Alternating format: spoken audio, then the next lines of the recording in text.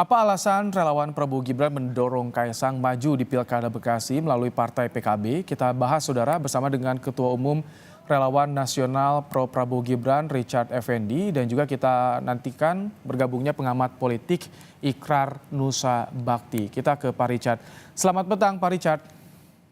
Selamat petang Pak. Baik, Pak Richard, jadi ini mendaftarkan Kaisang untuk Bursa Pilwalkot Bekasi ini inisiatif relawan atau ada permintaan dari partai politik atau dari mana, Pak Richard? Nah, ini murni inisiatif relawan dan masyarakat Kota Bekasi. Jadi tidak ada permintaan dari seseorang atau partai pun yang menginisiasi untuk permintaan dan mendorong Mas Kaisang untuk maju jadi wali kota Bekasi. Kenapa untuk Bekasi mendorong Kaisang Pangarep, Pak Richard? Apa kinerja yang sudah terlihat, prestasi Kaisang apa sih untuk dijual kepada warga Kota Bekasi?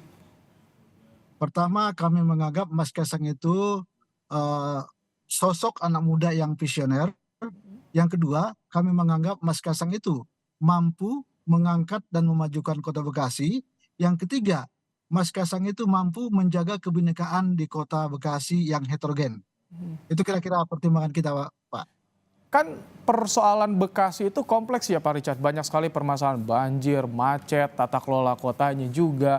Sedangkan Kaisang kita tahu di PSI baru ketika pemilu ini.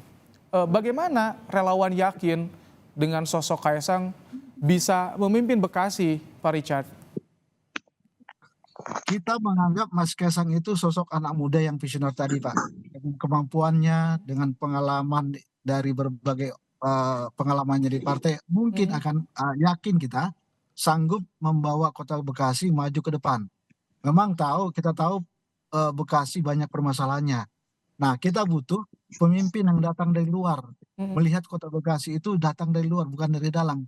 Kalau kita lihat pemimpin yang muncul saat ini di Kota Bekasi, yang memimpin dari dalam itu pemikirannya masih sama. Jadi harus melihat Bekasi itu jauh, melihat Bekasi itu dari luarnya, sehingga mampu melihat kemajuan di Kota Bekasi.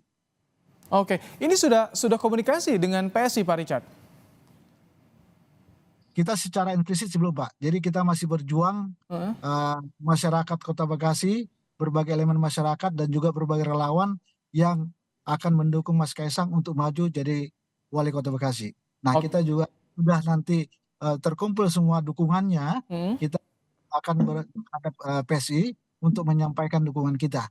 Jadi intinya yang memperjuangkan, yang meminta Mas Kaisang maju ke Kota Bekasi adalah masyarakat Bekasi, bukan PSI yang minta ke Bekasi. Itu kira-kira, Pak. Oke, kita juga sudah bergabung pengamat politik Ikrar Nusa Bakti. Prof. Ikrar. Yuk, gimana Bung Ibrahim?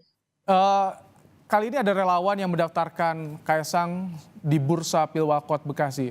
Apa yang Anda lihat? Kenapa ini banyak sekali yang lingkaran Jokowi, anak Jokowi masih menjadi daya tarik di pilkada ini, Prof. Ikrar? Atau bagaimana menurut Anda ini? Ya, biar bagaimanapun selama bapaknya masih berkuasa sebagai presiden, tentunya anaknya masih punya power juga ya, termasuk juga influence dari atau pengaruh dari presiden tentunya masih ada ya. Cuma yang saya heran ini kok Kaisang bisa pindah-pindah begitu ya. Maksud saya tadinya ingin jadi wali kota Depok, kemudian ingin menjadi wali kota di Jawa Tengah, Solo. kemudian juga Solo, dan kemudian juga di wilayah yang lain, sekarang masuk Bekasi ya. Walaupun saya juga tidak berbeda pandangannya dengan Bung Effendi tadi ya, Bung Richard tadi ya. Kenapa demikian? Karena memang kalau memang dia itu bisa terpilih ya, dia bisa saja menjadi orang yang diharapkan bisa berfungsi secara baik di Bekasi. Karena Anda tahu ya, Kota Bekasi itu kalau kita lihat dari prasarana jalannya itu benar-benar amburadul gitu kan. Kemudian juga sekolah juga boleh dikatakan perhatian dari pemerintah daerah kurang sekali begitu kan. Demikian juga dalam kaitannya dengan persoalan-persoalan kesehatan ya, pelayanan kesehatan dan sebagainya ya. Kalau tadi ini katanya permintaan dari masyarakat Bekasi, dari relawan, inisiatif relawan juga, Prof. Ikrar. Masih jadi jaminan tentu lingkaran Jokowi ini bisa menata atau menjadi daya jual di pilkada ini? Saya tidak tahu pasti, apalagi nanti kan pada saat pilkada itu berlangsung, Jokowi sudah tidak lagi menjadi presiden ya.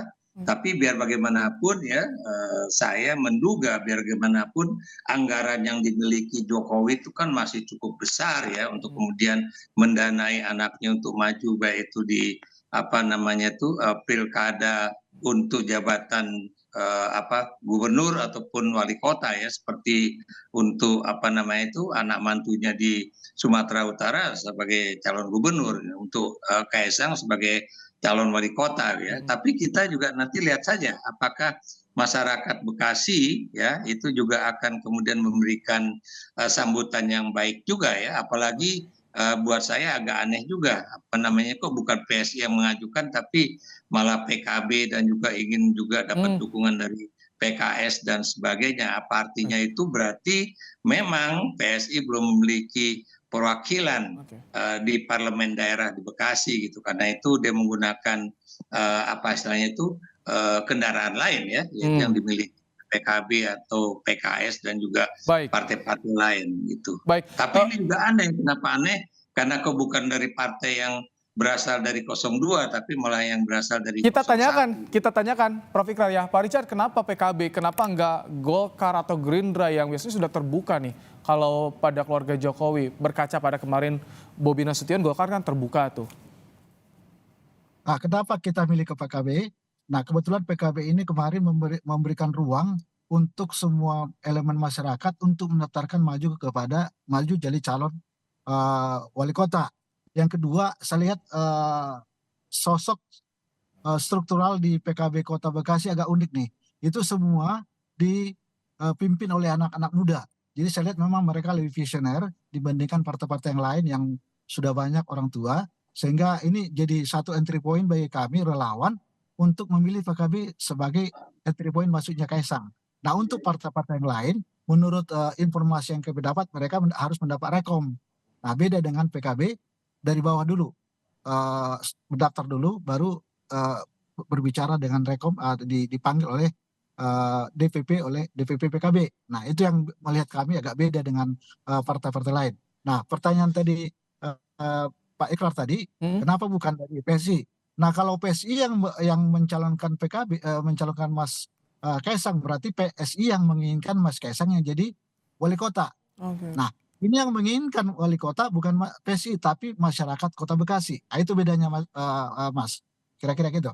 Tapi ke partai lain nanti akan juga buka komunikasi atau bagaimana? Atau ini akan mengadakan full kekuatan relawan nanti ketika sudah ada kendaraan dari partainya? Nah, sudah ini nanti kita akan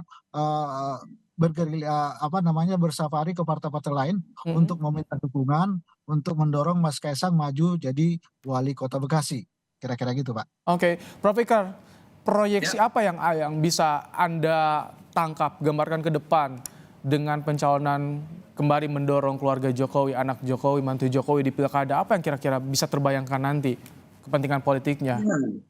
Ya, biar bagaimanapun saya masih menganggap bahwa ini adalah bagian dari dinasti Jokowi ya, walaupun memang untuk posisi Kaisang agak berbeda dengan Gibran. Kenapa demikian? Karena Kaisang bisa saja maju tanpa terjadi rekayasa hukum ataupun rekayasa yang lain ya, ataupun misalnya nanti akan menggunakan bansos beras dan sebagainya seperti yang juga sudah disitir oleh Gubernur Petahana ya, atau mantan Gubernur Sumatera Utara mengenai majunya Bobi di Sumatera Utara gitu kan. Nah, tapi kalau kita lihat ya, ini di daerah Bekasi, khususnya Kota Bekasi, Anda tahu yang banyak menjadi wakil dari Bekasi itu adalah kalau nggak salah Golkar ya, PDIP dan juga tentunya PKS ya. Dan kenapa juga misalnya relawan dari Jokowi itu tidak misalnya mencari dukungan dari PKS, karena biar bagaimanapun yang menjadi bupati di wali kota di Bekasi ini kalau nggak berasal dari Golkar, dari PDIP atau dari PKS atau koalisi di antara partai-partai tersebut begitu kan. Walaupun kita juga tahu Bekasi juga memiliki sejarah yang cukup suram mengenai wali kotanya ya. Kenapa demikian? Karena kalau nggak salah sudah paling tidak ada 2 wali kota Bekasi itu kemudian terkena kasus korupsi begitu. Oke, Pak Richard, ini kan pendaftaran kemarin formulir diambil Senin siang ya. Ada 3 hari batas waktu untuk mengembalikan dan harus Kaisang langsung kalau serius untuk maju. Ini sudah ada komunikasi antara relawan dengan Kaisang dengan PKB Bekasi? Pertama gini, sorry, maaf nih Pak Indra, kita mau coba mematahkan dulu pendapat ini membangun dinasti Pak Jokowi. Nah, kami ini bukan mau membangun dinasti Pak Jokowi untuk mendukung Mas Kaisang maju ke Kota Bekasi. Ini keinginan murni dari masyarakat. Yang kedua, kita masih menjalin hubungan nih dengan PSI juga dengan PKB. Nah, kita akan mengembalikan itu sesudah bertemu nanti dengan Mas Kaisang. Jadi kita masih mencari, kita lagi saat ini mau mencari waktu, momen yang tepat bertemu dengan Mas Kaisang bersama Pak relawan dan para elemen masyarakat yang mendukung Mas Kaisang untuk maju jadi wali kota Bekasi. Ini kapan? Karena kan deadline-nya besok berarti Pak Richard ya? Harus kembalikan formulirnya. Nah, kebetulan besok dan Jumat itu kan libur gitu ya. Dan memang itu jadi kendala juga bagi kami untuk bisa bertemu dengan PKB dan Mas Kaisang. Karena waktu itu adalah waktu libur nasional. Ya, jadi memang kita harus nanti berkomunikasi lagi dengan PKB untuk memberikan waktu lagi karena menyangkut waktunya yang kurang pas dikarenakan libur nasional gitu Pak. Kalau misalkan Kaisangnya nggak mau ini untuk Bekasi, bagaimana relawan Pak Richard? Nah, ini kan keinginan masyarakat Pak. Tidaknya Kaisang itu urusan Mas Kaisang. Tapi saya yakin dengan keinginan masyarakat, Mas Kaisang ini kan ingin memajukan Indonesia, ingin memajukan Bekasi. Saya rasa dia akan berpikir balik untuk menolak keinginan masyarakat. Itu kira-kira. Oke, Prof. Ikrar, ketika ada dorongan dari masyarakat, apa yang bisa menguatkan Kaisang? Oke, pilihlah di Bekasi. Kira-kira ini mulus atau tidak nih pencalonan Kaisang ini, Prof. Ikrar? Pertanyaan saya adalah apakah Kaisang juga memiliki KTP di Kota Bekasi?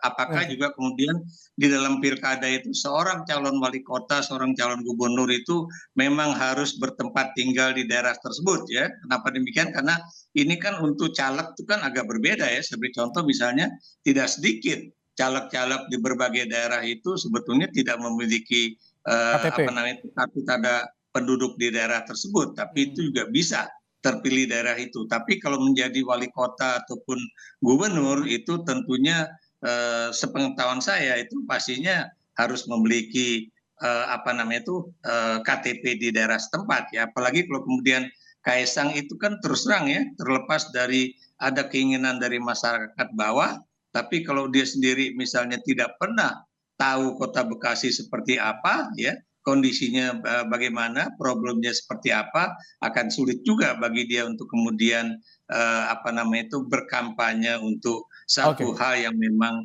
harus dia ketahui secara cepat ya, walaupun masih ada waktu antara bulan ini sampai November mendatang ya, untuk dia bisa mengetahui permasalahan-permasalahan di Kota Bekasi ini begitu. Baik, kita tunggu bagaimana apakah Kaisang langsung akan mengembalikan formulir menerima pencalonan sebagai calon wali kota Bekasi melalui PKB. Terima kasih Pak Richard Effendi, Ketua Umum Relawan Nasional Pro Prabowo Gibran dan juga pengamat politik Ikrar Nusa Bakti. Terima kasih telah menyampaikan pandangannya dalam program Kompas Petang sore hari ini.